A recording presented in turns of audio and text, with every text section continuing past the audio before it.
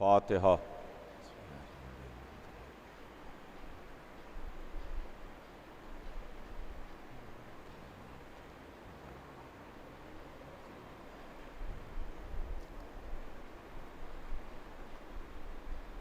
اعوذ باللہ السمیع العلیم من الشیطان اللعین الرجیم، بسم اللہ الرحمن الرحیم، الحمد للہ رب العالمین، والصلاة والسلام علی سیدنا و نبینا و شفیعنا بالقاسم محمد وآلہ الطیبین الطاہرین المعصومین، ولعنۃ اللہ علی اعدائہم اجمعین من یومنا ھذا الی یوم الدین۔ اما بعد، فقد قال اللہ سبحانہ تبارک و تعالی فی کتابہ المبین وہو اصدق الصادقین۔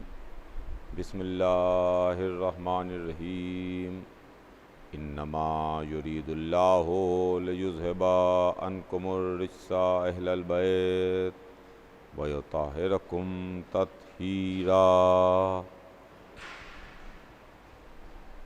خداوند عالم، کائنات کا خالق و مالک، اپنی کتاب قرآن مجید میں ارشاد فرماتا ہے کہ بسم اللہ الرحمن الرحیم، یقیناً اے اہل بیت، اللہ نے یہ ارادہ کر لیا کہ آپ سے ہر طرح کے رجس کو دور رکھے، ہر طرح کی برائیوں کو دور رکھے اور آپ کو پاک رکھے اس طرح سے کہ جو پاک رکھنے کا حق ہے۔ عزیزان گرامی، سلسلہ کلام ذہن عالی میں ہوگا، ہمارے اور آپ کے درمیان اس موضوع اور عنوان پر گفتگو جاری ہے کہ ہم اہل بیت کو کیوں مانتے ہیں۔ عزیزوں، اس سلسلے میں روزانہ کچھ نہ کچھ آپ کی خدمت میں عرض کرنے کی کوشش کر رہا ہوں اور روزانہ کچھ نہ کچھ عرض کرتا ہوں۔ ہمارے اور آپ کے درمیان کل بات یہاں تک کہ پہنچی تھی کہ اہل بیت نے ہم کو اصول دین بتائے، ہم کو فروع دین بتائے۔ ہم نے جو اللہ کو پہچانا، ہم نے جو نبوت کو جانا، ہم نے جو امامت کو جانا، ہم نے جو قیامت کے بارے میں معلومات فراہم کی، وہ اہل بیت کے ذریعے سے، رسول کے ذریعے سے اور آل رسول کے ذریعے سے۔ اس کے علاوہ جو ہماری عبادتیں ہیں، جس کو اللہ نے واجب قرار دیا ہمارے اوپر، ان کو بھی ہم نے اہل بیت ہی کے ذریعے سے جانا اور پہچانا، جو اب فروع دین کہلاتے ہیں۔ لیکن چاہے نماز ہو، چاہے روزہ ہو، چاہے حج ہو، یہ سب اللہ کے واسطے ہے، اللہ کے لیے ہے۔ اللہ نے آ کے ہم کو نہیں بتایا کہ کیسے میری نماز پڑھی جائے، اللہ نے آ کے نہیں بتایا کہ کیسے میرا روزہ رکھا جائے، اللہ نے خود کسی بندے کو نہیں بتایا کہ کیسے حج کیا جائے۔ نماز کیسے پڑھی جائے گی یہ ہم کو رسول اللہ نے بتایا، روزہ کیسے رکھا جائے گا یہ ہم کو اہل بیت نے بتایا، حج کیسے کیا جائے گا یہ ہم کو رسول اور آل رسول نے بتایا۔ تو جس طریقے سے ہم کو نماز کے بارے میں، روزے کے بارے میں، حج کے بارے میں، خمس کے بارے میں، زکوٰۃ کے بارے میں آل رسول نے بتایا، رسول نے بتایا، اسی طریقے سے پورا دین ہم کو آل محمد نے بتایا، حضور سرور کائنات نے بتایا، اور اہل بیت کی ذات گرامی ہے جس نے ہم کو تعلیمات فراہم کی۔ تو یہ سارے کا سارا معاملہ بے شک حکم تو اللہ کی طرف سے ہے، لیکن پریکٹیکل ہم کو رسول اللہ نے بتایا، عملی طور کے اوپر ہم کو آل رسول نے بتایا۔ اس لیے کہ میں آپ کی خدمت میں ایک بات عرض کر چکا کہ ہم نے دین کو اپنی رہبری کے واسطے، اپنی رہبری کے لیے، جنت کے واسطے، اپنی آخرت کے واسطے، اپنی نجات کے واسطے پورے معاملات کو امت کے کسی در سے جا کر کے نہیں لیا، بلکہ ایک ہی در سے ہم نے اسلام لیا، مذہب لیا، دین لیا، واجبات لیے، محرمات لیے، نمازیں لیں، روزے لیے، حج لیا، جو کچھ بھی دین ہے وہ ہم نے ایک ہی دروازے سے لیا۔ اسی دروازے سے ہم نے قرآن لیا، اسی دروازے سے ہم نے احادیث نبوی لیں، اور اسی دروازے سے ہم نے تفسیر قرآن لی۔ ہم 1400 برس سے ایک ہی دروازے پر بیٹھے ہیں، ایک دروازے کے علاوہ ہم نے دوسرا در کبھی نہیں دیکھا۔ لیکن یہ اہل بیت کی قربانیاں ہیں عزیزان گرامی، کہ جنہوں نے ہماری ہدایت کا انتظام کیا اور ہماری نجات کا انتظام کیا۔ آج بیان آگے بڑھتا ہے اور بات بہت جلدی بہت تیزی کے ساتھ آپ کی خدمت میں عرض کرتا ہوا آگے بڑھوں گا، اس لیے کہ ہر دن وقت گھٹتا جا رہا ہے، ہر دن تاریخیں آگے بڑھ رہی ہیں، تاریخ آگے بڑھ رہی ہے، وقت پیچھے کی طرف آ رہا ہے، وقت کم ہوتا جا رہا ہے۔ اور یہ جو عنوان میں نے آپ کی خدمت میں منتخب کیا ہے، یہ عنوان اتنا وسیع عنوان ہے، اتنا بڑا عنوان ہے کہ اس میں 10 مجلسیں کیا 10 عشرے بھی پڑھے جائیں تو یہ عنوان کا حق ادا نہیں ہوگا۔ 10 عشرے بھی اس کے واسطے ناکافی ہیں، اس لیے کہ اہل بیت کے ماننے کی وجہ کیا ہے، کہ کیوں ہم اہل بیت کو مانتے ہیں۔ اہل بیت کو ماننے کے بعد ہمارا سر بلند ہے، اہل بیت کو ماننے کے بعد ہمیں کوئی ندامت نہیں ہے، اہل بیت کو ماننے کے بعد ہمیں کوئی پریشانی نہیں ہے۔ دین کا آغاز دعوت عشیرہ سے ہوا۔ اسلام دعوت عشیرہ میں حضور سرور کائنات نے بتایا، جب یہ آیہ مبارکہ نازل ہوئی کہ وَأَنزِلْ عَشِيرَتَكَ الْأَقْرَبِينَ، اے رسول آپ ڈرائیے اپنے خاندان والوں کو، اپنے قریب ترین لوگوں کو، آپ ان کو ڈرائیے۔ حضور سرور کائنات نے ایک دعوت کی جو دعوت عشیرہ کے نام سے مشہور ہے، جس میں اپنے خاندان والوں کو بلایا، اور خاندان والوں کو بلا کر کے رسول اللہ نے اللہ کو بتایا کہ دیکھو اللہ ایک ہے، اللہ کو مانو، وہ وحدہ لا شریک ہے۔ اس کے بعد رسول نے دوسرا چیپٹر شروع کیا، دوسرا سبق پڑھایا کہ میں اللہ کا رسول ہوں، اللہ نے مجھے اپنا رسول بنا کے بھیجا ہے، میں اس کی طرف سے تمہارے درمیان رسول بن کے آیا ہوں۔ یہ رسول اللہ نے دوسرا امت کو چیپٹر بتایا، خاندان والوں کو بتایا۔ اب اس کے بعد رسول اللہ نے امت سے ایک سوال کیا، خاندان والوں سے ایک سوال کیا، جو لوگ دعوت میں شامل ہوئے ان سے ایک سوال کیا، کہا بھائی تم یہ بتاؤ کہ کون ہے جو مشکل موقعوں پر میرے کام آئے، کون ہے جو مشکلوں میں میرا ساتھ دے۔ سب کے سب گردن جھکائے بیٹھے رہے، کسی نے لبیک نہ کہی، کسی نے کھڑے ہو کے یہ نہ کہا کہ عبداللہ کے بیٹے ہم مشکلوں میں آپ کا ساتھ دیں گے، ہم پریشانیوں کے موقع پر آپ کا ساتھ دیں گے۔ جتنے موجود تھے سب گردنیں جھکائے بیٹھے رہے، رسول کہتے رہے کہو اللہ ایک ہے، میں اللہ کا رسول ہوں، مشکلوں میں میرا ساتھ دینے والا کون ہے۔ تاریخ لکھتی ہے کہ سب خاموش بیٹھے رہے؟ آپ تاریخ اٹھا کے دیکھ لیجئے، آپ کو تمام تاریخوں میں مل جائے گا کہ جہاں سے آغاز ہو رہا ہے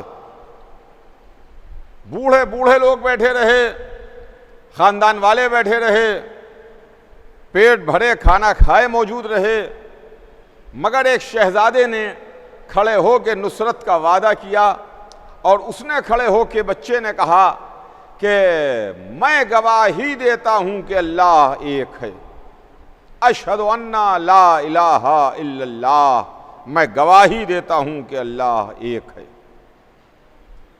میں گواہی دیتا ہوں کہ آپ اللہ کے رسول ہیں، اشہد ان محمد رسول اللہ۔ اور اس کے بعد بچے نے کہا کہ اللہ کے رسول، میں آپ سے نصرت کا وعدہ کرتا ہوں، میں آپ کی نصرت کروں گا، میں آپ کی مدد کروں گا، میں مشکل موقعوں پر آپ کے کام آؤں گا۔ مگر رسول اللہ نے اس شہزادے کو بٹھا دیا، اس کمسن بچے کو بٹھا دیا، کہا یا علی تم بیٹھ جاؤ۔ علی بیٹھ گئے، محفل برخاست ہو گئی، خاندان والے ڈسپرس ہو گئے، چلے گئے۔ دوسرے دن پھر رسول اللہ نے بلایا، اسی طریقے سے کھانا کھلایا، دسترخوان بچھایا۔ جب شکم سیر ہو گئے، جب کھانا کھا لیا، پھر رسول اللہ نے اپنی بات دہرائی، کہو اللہ ایک ہے، اللہ نے مجھے اپنا رسول بنا کے بھیجا ہے، اب کون ہے جو مشکلوں میں میرے کام آئے؟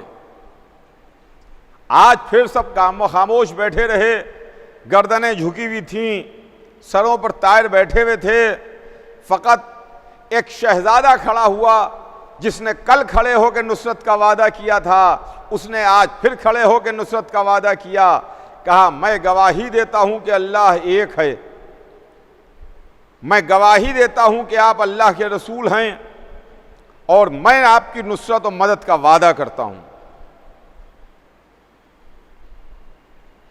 رسول نے اس شہزادے کو پھر بٹھایا، اس کمسن 10 برس کے بچے کو بیٹھا کے کہا کہ یا علی بیٹھ جاؤ۔ مجمع پھر اٹھ گیا، لوگ پھر اپنے اپنے گھروں کو چلے گئے۔ آج تیسرے دن پھر رسول نے آواز دی کہ آؤ میرے خاندان والوں۔ خاندان والے پھر جمع ہوئے، دسترخوان بچھا، دسترخوان پر کھانا کھایا۔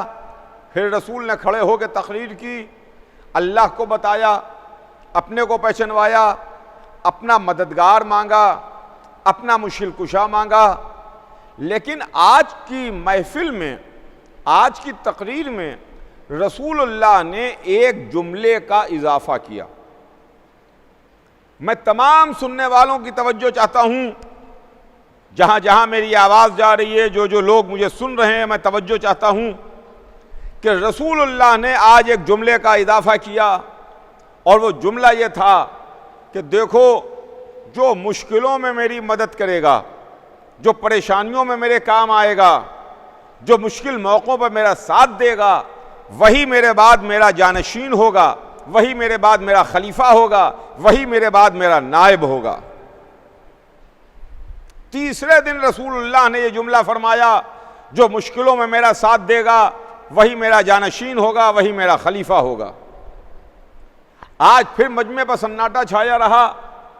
10 برس کا کمسن شہزادہ جو 2 دن سے کھڑے ہو کے نصرت کا وعدہ کر رہا تھا، جو اللہ کی وحدانیت کی گواہی دے رہا تھا، جو محمد کی رسالت کی گواہی دے رہا تھا، اس نے آج پھر کھڑے ہو کے اللہ کی وحدانیت کی گواہی دی، محمد کی رسالت کی گواہی دی، اور رسول اللہ سے نصرت کا وعدہ کیا کہ اللہ کے رسول، میں آپ کی نصرت و مدد کروں گا، میں وعدہ کرتا ہوں۔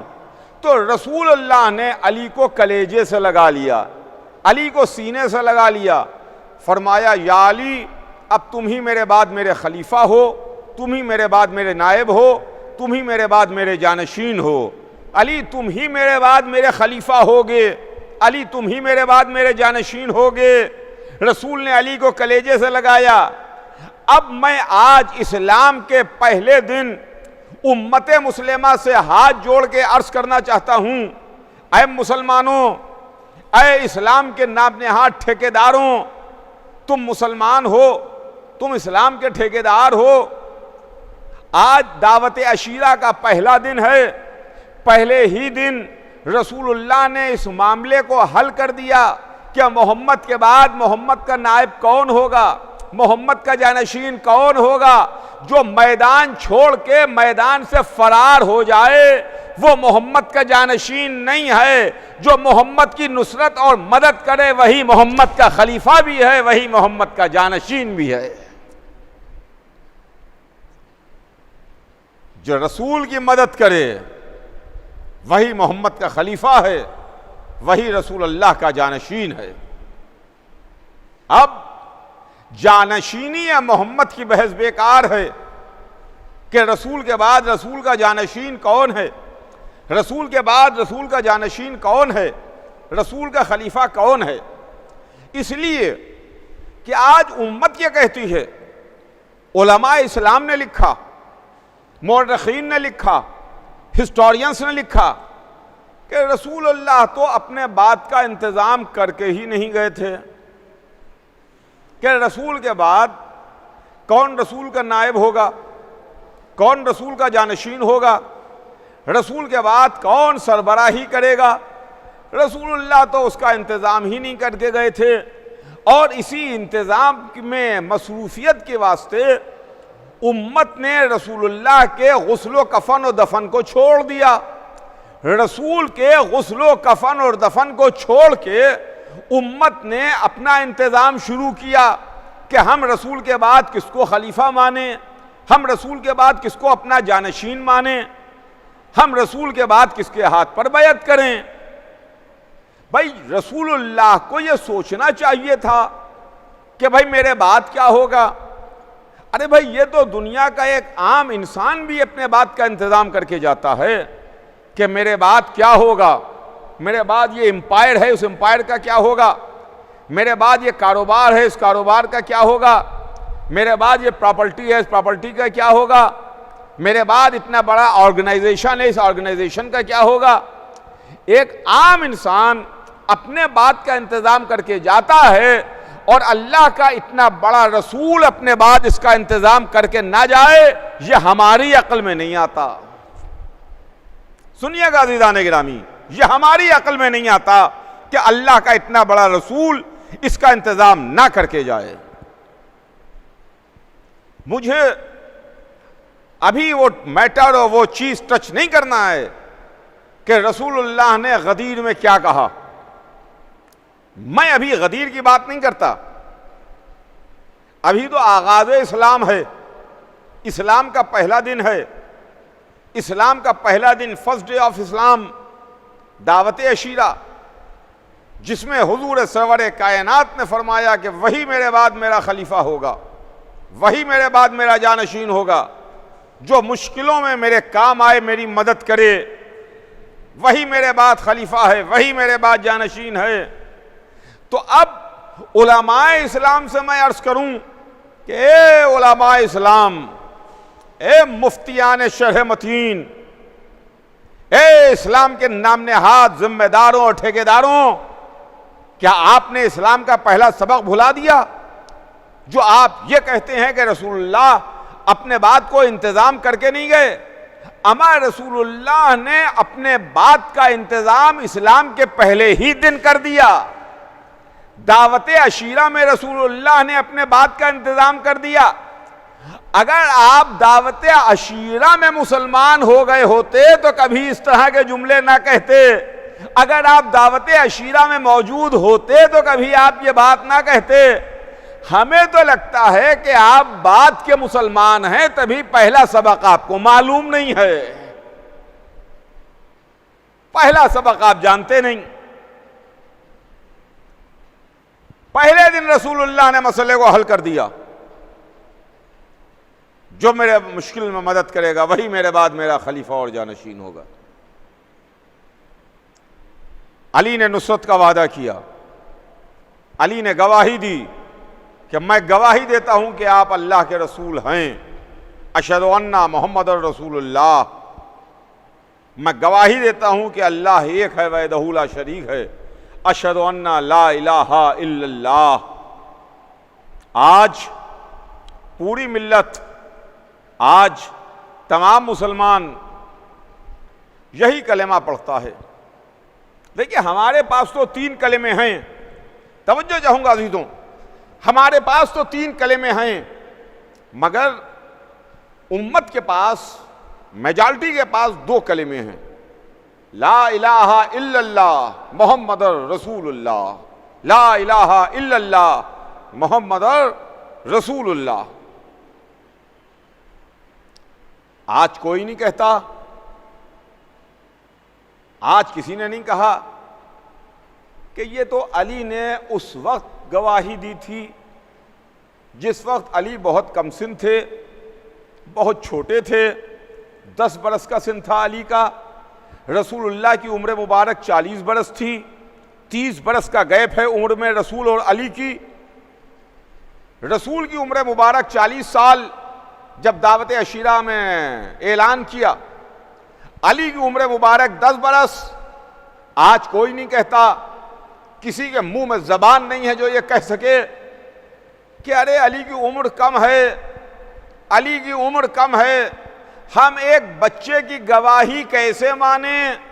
ارے اتنے بڑے عظیم خالق اور مالک اور اللہ کی وحدانیت کی گواہی کے واسطے ہم اس بچے کی گواہی کیسے مانیں؟ رسول اللہ کی رسالت کے واسطے ہم ایک بچے کی گواہی کیسے مانیں؟ مگر اگر وحدانیت پروردگار کی بات آئے تو بچے کی گواہی مانی جائے گی، رسالت محمد کی بات آئے تو ایک 10 برس کے کمسن شہزادے کی گواہی مانی جائے گی۔ لیکن جب بعد رسول خلافت کی بات آئے گی تو علماء اسلام نے کہا علی تو ابھی کمسن ہیں، علی تو ابھی، علی کی عمر نہیں ہے، ارے ابھی عمر کے لحاظ سے علی خلافت کے لائق نہیں ہے۔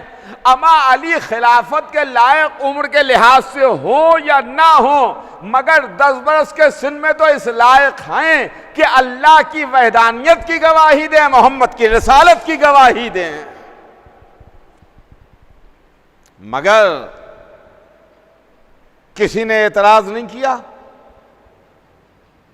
تو یہ اہل بیت ہیں جن کے ذریعے سے ہم کو دین مل رہا ہے، جنہوں نے گواہی دی ہے، جن کی زبان کے نکلے ہوئے جملے آج پورا مسلمان کلمے کے طور پر ادا کر رہا ہے۔ لا الہ الا اللہ علی نے کہا، محمد رسول اللہ علی نے کہا، لا الہ الا اللہ محمد رسول اللہ، لا الہ الا اللہ محمد رسول اللہ۔ عالم اسلام میں بس ہمارا ہی فرقہ ہے کہ جو کلمہ آگے بڑھاتا ہے اور جو یہ کہتا ہے کہ علی ولی اللہ، اس لیے کہ علی ولی اللہ ہی کہنے کے بعد دین مکمل ہوتا ہے، علی ولی اللہ کہنے کے بعد ہی دین کامل ہوتا ہے۔ دین کامل نہیں ہوا، دین مکمل نہیں ہوا جب رسول اللہ نے غدیر کے میدان میں علی کی ولایت کا اعلان کیا، علی کو مولا بنایا، تب اللہ نے جبرائیل کو بھیج کے آیت نازل کی کہ الیوم اکملت لکم دینکم، آج ہم نے تمہارے دین کو کامل کر دیا۔ پتہ چلا کہ جب علی کی ولایت دین میں شامل ہو گئی تبھی دین مکمل ہوا، ادھر دین مکمل ہوا، ادھر ہمارا کلمہ مکمل ہوا، وہ ہمارا کلمہ مکمل ہو رہا ہے۔ تو دعوت عشیرہ جس میں اہل بیت کی قربانیاں، ہم اہل بیت کو کیوں مانتے ہیں کہ ذہن عالی میں رہے، میں برابر آپ کے ذہن کو جھنجھوڑ رہا ہوں، برابر میں آپ کو بیدار کر رہا ہوں۔ میں اپنے تمام سننے والوں کی خدمت میں یہ عرض کر رہا ہوں کہ ہم اہل بیت کو کیوں مانتے ہیں۔ ان کی قربانیاں ہیں، ان کی خدمات ہیں، ان کی سیکریفائسز ہیں مذہب کے لیے، اسلام کے لیے۔ آنکھیں بند کر کے ہم نہیں مانتے ان کو، آنکھیں کھول کے ہم ان کو مانتے ہیں۔ دعوت عشیرہ کے بعد منزل آگے بڑھتی ہے۔ میں جلدی جلدی تمام اسلامی واقعات کو چھوڑتا ہوا اپنی بات کو آگے بڑھا رہا ہوں، صرف اشارہ کرتا ہوا آپ کی خدمت میں آگے بڑھوں گا کہ دعوت عشیرہ کے بعد ایک رات آئی جو رات بڑی بھیانک رات تھی، جو رات بڑی ڈراؤنی رات تھی، جو قتل رسول کی رات تھی، جب کافروں نے انتظام کیا کہ محمد کو ان کے بستر پر قتل کر دیں، رسول کو ان کے بستر ہی کے اوپر تلواروں سے ٹکڑے ٹکڑے کر دیں۔ اللہ نے اپنے ملک کے ذریعے سے، جبرائیل کے ذریعے سے رسول کو یہ پیغام بھجوایا کہ جاؤ، جا کے رسول سے کہو کہ تمہیں حکم ہجرت دیا جاتا ہے، آپ ہجرت کر کے مکے سے مدینے چلے جائیے۔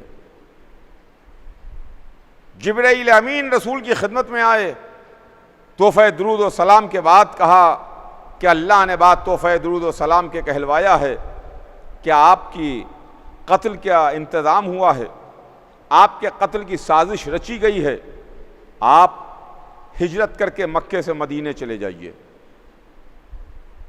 آپ ہجرت کر دیجئے، آج کی رات آپ کے قتل کا انتظام کیا گیا ہے۔ کافروں نے یہ پلاننگ کی ہے۔ حضور سرور کائنات نے حکم پر عمل کیا، لیکن اس کے پہلے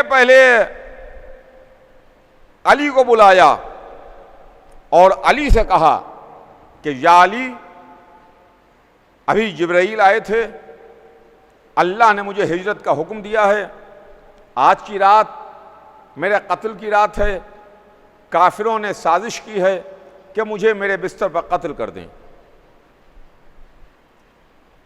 ہم تو یہ سوچ رہے تھے کہ رسول اللہ تو علی سے یہ کہیں گے کہ علی، آج کی رات بھیانک رات ہے، آج کی رات قتل کی رات ہے، آج کی رات کافروں نے میرے قتل کی سازش رچی ہے، مجھے حکم ہجرت دیا ہے، میں مکہ چھوڑ کے مدینے جا رہا ہوں، چلو تم میرے ساتھ مدینے چلو۔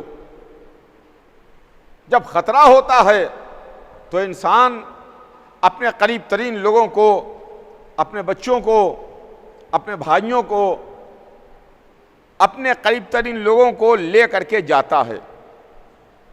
رسول کے بھائی بھی ہیں، رسول کے مددگار بھی ہیں، رسول سے نصرت کا وعدہ بھی کیا ہے،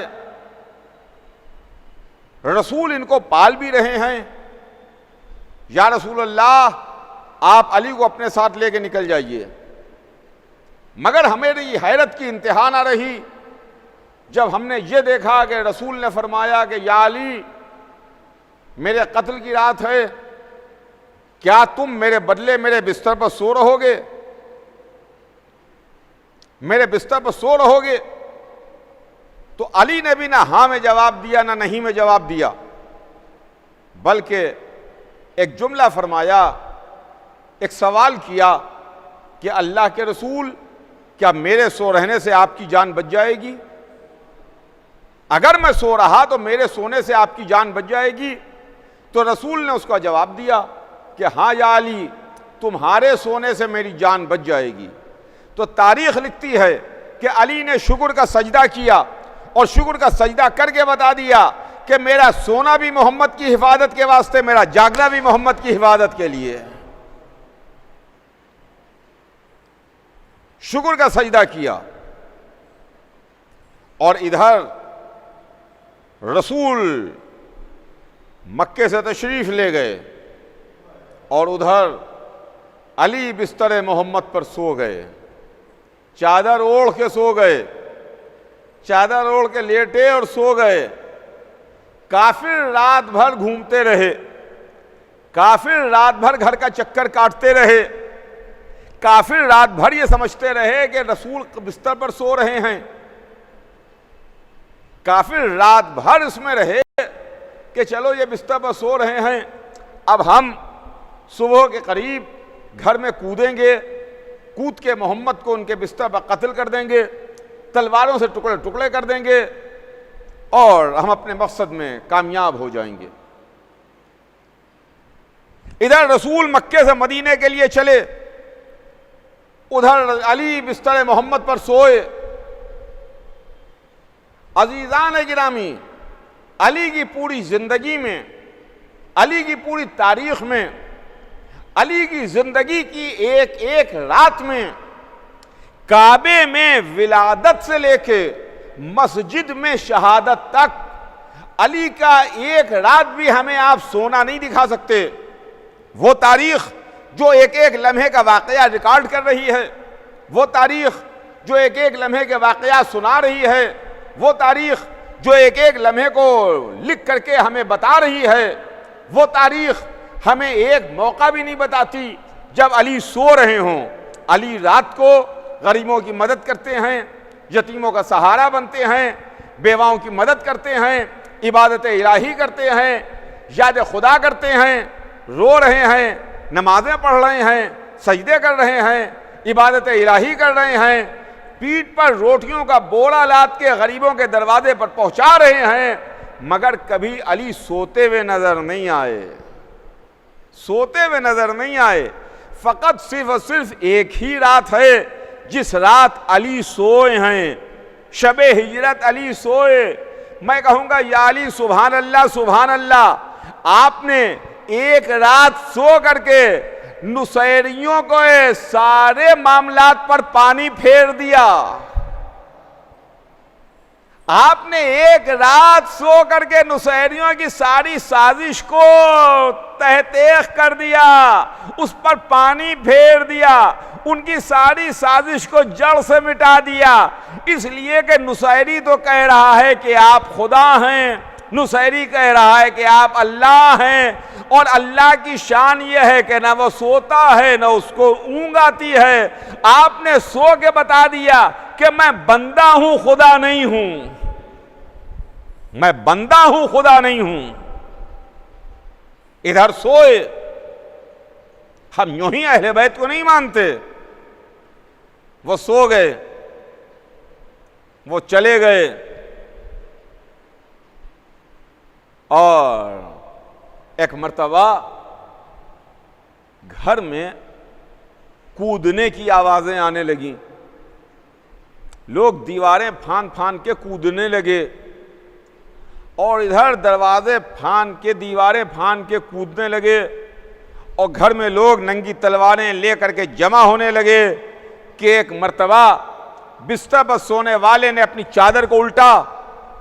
اب جو چادر کو الٹا تو کافر دیکھ کے سن سے رہ گئے کہ یہ بستر پر علی ہیں، محمد کہاں چلے گئے، رسول کہاں چلے گئے، عبداللہ کا بیٹا کہاں چلا گیا. کہ کسی کافر نے آگے بڑھ کے علی سے کہا کہ تمہارے بھائی کہاں ہیں، تمہارے بھائی کہاں ہیں. تو علی نے اس کو ڈانٹ کے جواب دیا، کیا تو میرے حوالے کر کے گیا تھا جو مجھ سے سوال کر رہا ہے؟ کیا میرے حوالے کر کے گیا تھا جو مجھ سے پوچھ رہا ہے؟ لیجئے، کافروں کی پلاننگ بھی ناکام ہو گئی، کافروں کی پلاننگ بھی ناکام ہو گئی، کافروں کی سازش پر بھی پانی پھر گیا. نہ جانے یا علی آپ کی ذات کیسی ذات ہے کہ 1400 برس سے اللہ کے خلاف، رسول کے خلاف، مذہب کے خلاف، دین کے خلاف، اسلام کے خلاف، شریعت کے خلاف جس نے بھی کوئی سازش رچی، آپ نے اس پر پانی پھیر دیا، آپ نے اس کو کہیں کا نہ چھوڑا.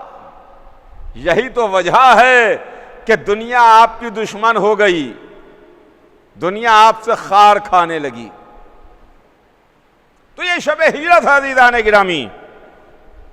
مکے میں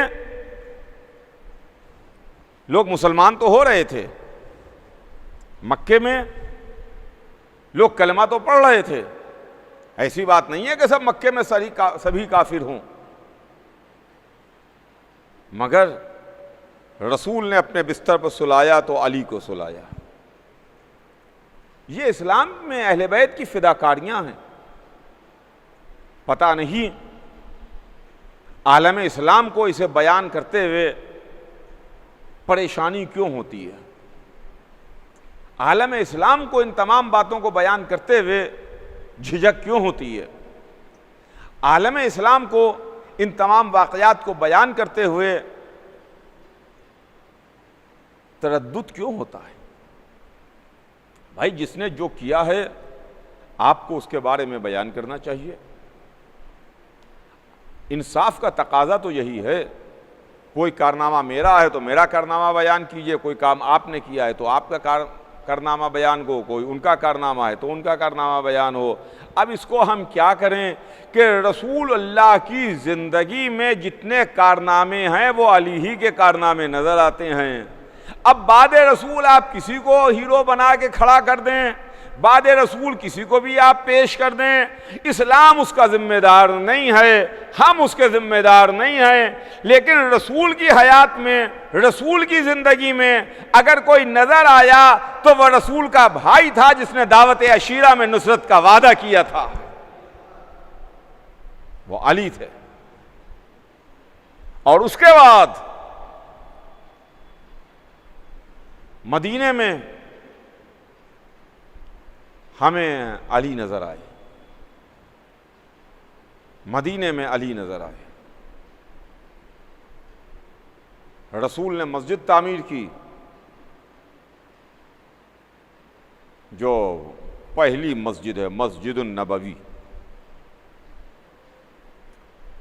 اور اس مسجد سے ملے ہوئے لوگوں کے گھر تھے، اس مسجد سے ملے ہوئے لوگوں کے دروازے تھے۔ عالم یہ تھا کہ بڑے بڑے لوگوں کے گھر کے دروازے مسجد میں کھلتے تھے، گھر سے نکلے مسجد میں آ گئے، گھر سے قدم نکالا مسجد میں آ گئے۔ ایک دن جبرائیل امین رسول کی خدمت میں آئے، اللہ نے حکم بھیجا، اللہ کے رسول تمام دروازوں کو بند کر دیجئے۔ تمام دروازوں کو بند کرنے کا حکم دیا گیا۔ رسول نے تمام دروازوں کو بند کیا، جتنے دروازے مسجد میں کھلے تھے سارے دروازے بند ہو گئے۔ یا رسول کا دروازہ مسجد میں کھلا رہا یا علی کا دروازہ مسجد میں کھلا رہا، ان دو دروازوں کے علاوہ کوئی در مسجد میں نہیں کھلا۔ جب رسول نے سب کے دروازے بند کرائے تو لوگوں میں چیمی گوئیاں شروع ہوئیں کہ یہ رسول اللہ نے کیا کیا کہ اپنا دروازہ تو کھلا رکھا ٹھیک ہے، مگر علی کا دروازہ کیوں کھلا رکھا؟ علی کا در کیوں کھلا ہوا ہے؟ میرا دروازہ بند ہوا تھا تو علی کا دروازہ بھی بند ہونا چاہیے تھا۔ لوگوں میں چیمی گوئیاں شروع ہوئیں تو رسول اللہ مسجد میں تشریف لائے، منبر پر تشریف لے گئے اور فرمایا کہ سنو، میں نے نہ اپنی مرضی سے کسی کا دروازہ بند کیا ہے، نہ اپنی مرضی سے کسی کا دروازہ کھلا رکھا ہے۔ اللہ نے جس کے دروازے کو بند کرنے کا حکم دیا میں نے دروازہ بند کرایا، اور جس دروازے کو کھلا رکھنے کا حکم دیا اس دروازے کو کھلا رکھا۔ تو چلیے پتہ چلا کہ یہ اللہ کی مرضی تھی کہ علی کا دروازہ مسجد میں کھلا رہے، یہ اللہ کی مرضی تھی کہ رسول کا دروازہ مسجد میں کھلا رہے۔ دو دروازے کھلے رہے، ایک رسول کا دروازہ، ایک علی کا دروازہ۔ کہاں؟ اللہ کے گھر میں۔ اللہ کے گھر میں تین گھروں کے دروازے، دو گھروں کے دروازے کھلے۔ یہ تین گھر ہیں، ایک اللہ کا گھر، ایک رسول کا گھر، ایک علی کا گھر۔ اللہ کے گھر میں دو گھروں کے دروازے کھلے، ایک اللہ کا گھر ہے، ایک محمد کا دروازہ، ایک علی کا دروازہ۔ اب اگر آپ کہیے تو میں کلمہ پڑھوں، ہم نے اللہ کے گھر کو دیکھا، کہا لا الہ الا اللہ، محمد کے دروازے کو دیکھا، کہا محمد رسول اللہ، علی کا دروازہ دیکھا، کہا علی ولی اللہ، علی ولی اللہ۔ یہ ہے منزل عزیزان گرامی۔ ہم اہل بیت کو یوں ہی نہیں مانتے۔ اہل بیت کی خدمات ہیں، جنہوں نے خدمات پیش کی ہیں، جنہوں نے اپنی قربانیاں دی ہیں۔ اگر مدینے کی بات آئے تو ہم کو اہل بیت نظر آئیں گے، اگر قربانیوں کی بات آئے تو ہمیں اہل بیت ملے، اگر میدان میں تلوار چلانے کی بات آئے تو تاریخ بڑے بڑے بہادروں کا نام لکھتی ہے، لکھا کرے، مگر اگر کوئی میدان میں تلوار چلاتا ہوا نظر آیا تو وہ وہی تھا جو میدان میں اس طریقے سے آتا تھا، اس طریقے سے جم کے لڑتا تھا کہ کبھی اس کی قرآن تعریف کر رہا ہے، کبھی اس کے لیے جبرائیل قصیدہ پڑھتے ہوئے آ رہے ہیں۔ لا فتح الا علی، لا سیف الا ذوالفقار، یہ منزل ہے جن کی قربانیاں ہیں، جن کی فداکاریاں ہیں، جنہوں نے قدم قدم پر احسان کیے، لیکن اس کے بدلے میں انہوں نے کچھ لیا نہیں ہے، بلکہ اس کے بدلے میں دین کو دیا ہے، امت کو دیا ہے، مسلمانوں کو دیا ہے، ہیومینٹی کو دیا ہے، انسانیت کو دیا ہے۔ آج انسانیت پر احسان ہے آل محمد کا، انسانیت پر احسان ہے اہل بیت کا، اس لیے کہ انسانیت کا سب سے بڑا درس ہم کو آل محمد نے بتایا، ہم کو آل محمد نے دیا ہے۔ دنیا میں اپنے قاتل کے ساتھ کوئی انصاف نہیں کرتا۔ اگر کوئی قاتل ہے، اگر کوئی ہمارا قاتل ہے، کسی نے کوشش کی ہے ہمیں قتل کرنے کی، اگر کسی پر ہمارے مرڈر کے اٹمپٹ کا کیس ہے، اٹمپٹ ٹو مرڈر کیا ہے یا ہمیں قتل کیا ہے، اگر ہم بچ گئے ہیں تو ہم، یا اگر ہم نہیں بچ پائے تو ہماری اولادیں، ہمارے خاندان والے، ہمارے بھائی، ہمارے عزیز کوشش کرتے ہیں کہ قاتل بچنے نہ پائے۔ مانگ ہوتی ہے کہ قاتل کو گرفتار کیا جائے، قاتل کو سزا دی جائے، سخت سے سخت سزا دی جائے، عبرت ناک سزا دی جائے، لیکن یہ انسانیت کا درس تو ہم کو علی نے دیا۔ جہاں پر علی کا قاتل گرفتار کر کے لایا گیا مسجد کوفہ میں 19ویں رمضان کی صبح کو، بازو بندھے ہوئے تھے، قاتل کو گرفتار کر کے لایا گیا۔ ایک مرتبہ وہ علی جن کے سر سے خون جاری تھا، وہ علی جن کے سر پر ابھی تلوار پڑی تھی، وہ علی جن کی اولادیں اور چاہنے والے جن کو گھیرے بیٹھے ہوئے تھے، ان کے سامنے جب قاتل لایا گیا تو سب سے پہلا جملہ جو علی نے کہا، سب سے پہلا جملہ اپنے قاتل کو دیکھ کے جو علی نے کہا، وہ اپنے بیٹے امام حسن سے کہا کہ میرے لال حسن، دیکھتے نہیں ہو کتنی کس کے قاتل کے بازوؤں کو باندھ دیا گیا ہے، میرے لال اس کے بازوؤں کی رسی کو کھلوا دو، اس کے بازوؤں کی رسی کو ڈھیلا کرو۔ لیجئے قاتل کے بازوؤں کی رسی کو کھلوایا گیا، رسی کو ڈھیلا کیا گیا۔ اس کے بعد جب افطار کے وقت علی کے سامنے جام شیر لایا گیا، علی کو شربت پیش کیا گیا، تو اپنے بیٹے حسن کو بلایا، کہا میرے لال حسن، میرے قاتل کو بھی ایسا ہی شربت پیش کیا جائے، ابن ملجم کو بھی ایسا ہی شربت جا کے دیا جائے۔ اللہ اکبر، یہ علی ہیں، یہ انسانیت کا کلائمیکس ہے، یہ انسانیت کی معراج ہے، جہاں پر اپنے قاتل کے واسطے بھی ویسا ہی شربت بھجوایا جا رہا ہے جیسا علی کے واسطے آیا ہے، ویسا ہی شربت قاتل کو پیش کیا گیا۔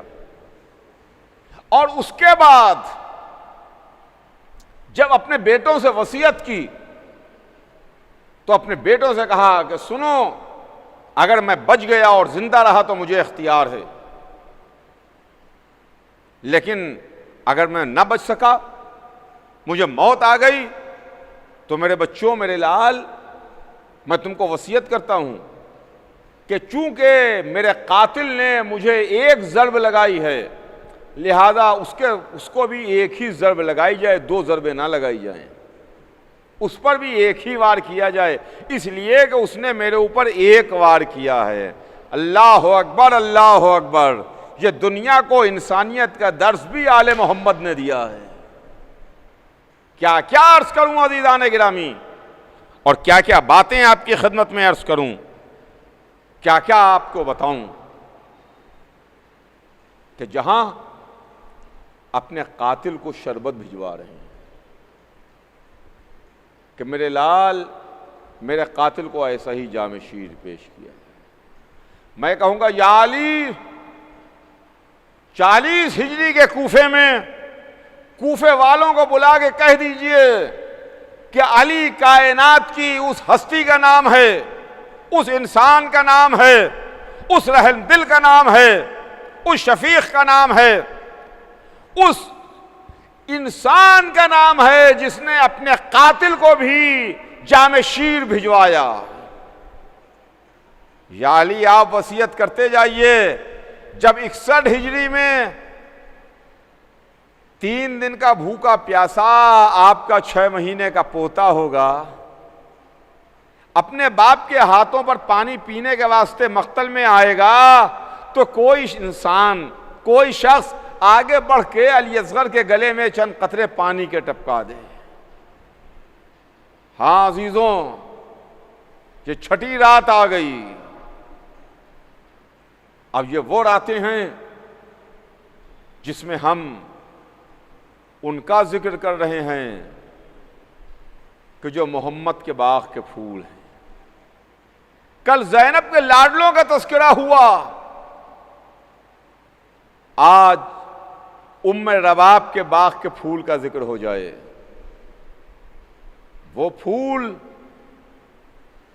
جو ابھی کلی تھا، وہ پھول جس کی عمر ابھی 6 مہینے کی تھی، لیکن عمر 6 مہینے کی تھی، منزل قربانی میں سب سے بڑی قربانی کے اوپر وہ فائز تھا. سب سے عظیم قربانی حضرت علی اصغر کی قربانی تھی. جب اصحاب بھی شہید ہو گئے، انصار بھی قتل کر دیے گئے، انصار بھی مارے گئے، دل کے ٹکڑے بھی شہید ہو گئے، عباس کے بازو بھی کٹ گئے، قاسم کا لاشا پامال ہو گیا، اون محمد کے جنازے آ گئے، علی اکبر کے سینے سے حسین برچھی کا پھل نکال چکے. تمام امور سے فراغت پانے کے بعد زہرا کا لال در خیمہ پر کھڑا تھا، آواز دے رہا تھا، حل من ناصر، ہے کوئی میرا مددگار، ہے کوئی میری مدد کرنے والا، ہے کوئی میرا مشکلوں میں ساتھ دینے والا. خیمے سے رونے کا شور برپا ہوا. حسین در خیمہ پر پہنچے، بہن سے سوال کیا بہن رونے کی کیا وجہ ہے؟ جواب ملا کہ آپ کی آواز سن کے علی اصغر نے اپنے کو گہوارے سے گرا لیا. حسین خیمے میں آئے، علی اصغر کو لیا، رباب کے حوالے کیا. رباب، بچے کو سجا دو، پیراہن بدل دو، بچے کو تیار کر دو. ماں نے 6 مہینے کا بچے کو سپاہی بنایا. حسین کو یہ کہتے ہوئے دے دیا، والی خیال رہے پہلی بار میرا بچہ مقتل کو سدھار رہا ہے. حسین نے علی اصغر کو گود میں لیا، ابا کا دامن ڈھکا، میدان میں آئے. ظالم سمجھے کہ حسین قرآن لے کے بیعت کرنے کے واسطے آئے ہیں، لیکن ہائے ہائے، حسین کے ہاتھ پر ضرور قرآن تھا، مگر یہ قرآن 6 مہینے کا قرآن تھا. قرآن کی آغوش میں قرآن تھا، قرآن کی گود میں قرآن تھا. ہاں ہاں، آپ گریہ کر لیجئے، آنسو بہا لیجئے، اس لیے کہ اب یہ وہ راتیں ہیں جن راتوں میں ہم فاطمہ زہرا کو ان کے باغ کے پھولوں کا پرسہ دیتے ہیں، فاطمہ زہرا کو ان کے بچوں کا پرسہ دیتے ہیں. اے بی بی فاطمہ زہرا، اپنے باغ کے لٹنے کا پرسہ قبول کیجئے. اے امام آخر ساکن غیبت، اپنے بھرے گھر کا پرسہ قبول فرمائیے. ہاں عزیزوں، کربلا میں 72 قربانیاں ہیں، مگر 72 قربانیوں میں حضرت علی اصغر کی قربانی وہ اکیلی قربانی ہے کہ جو 1400 برس سے انسانیت کو رلا رہی ہے. 1400 برس سے انسان رو رہا ہے، جس کے سینے میں انسانیت کا دل دھڑک رہا ہے، وہ قربانی ہے. شہادت علی اصغر سن کے آنسو بہاتا ہے. حسین کی قربانی بڑی عظیم قربانی ہے. عباس و علی اکبر کی قربانیاں بڑی عظیم قربانیاں ہیں.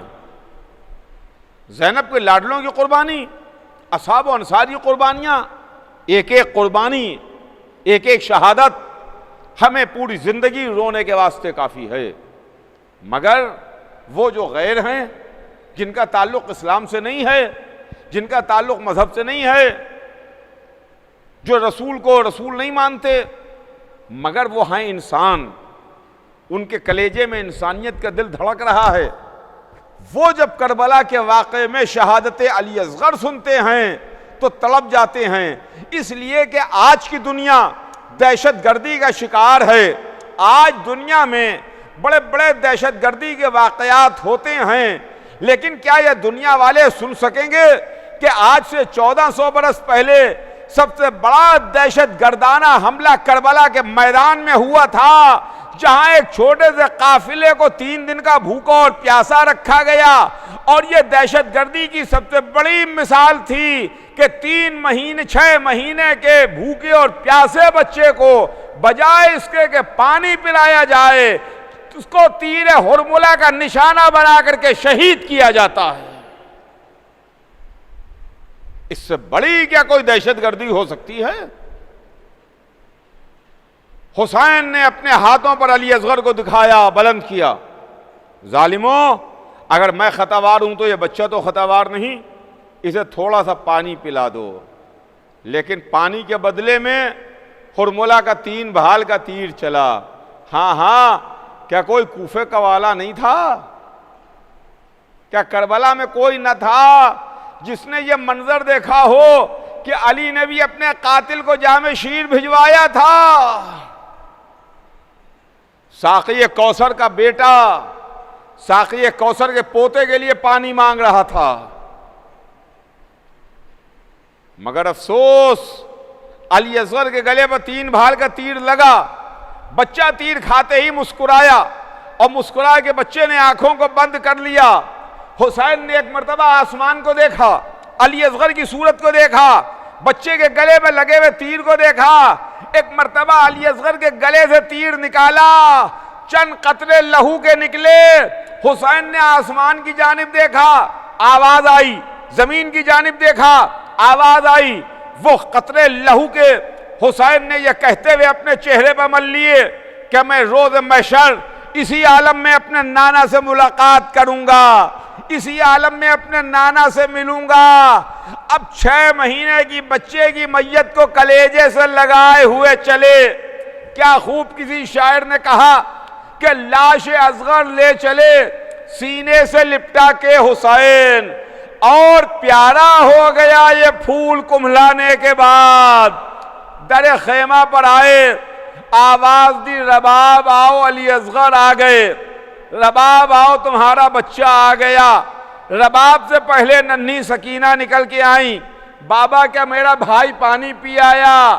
کیا علی اصغر پانی پی آئے؟ کیا میرے واسطے پانی نہ مہیا ہو سکا؟ میرے واسطے پانی نہ آ سکا؟ حسین کیا جواب دیتے؟ ابا کا دامن الٹا. اے بیٹی، میں نے بڑی کوشش کی تیرے بھائی کو پانی مل جائے. علی اصغر آب کوثر سے سیراب ہو کے آئے ہیں. واہ علی اصغرا، واہ مظلومہ کی صدائیں بلند.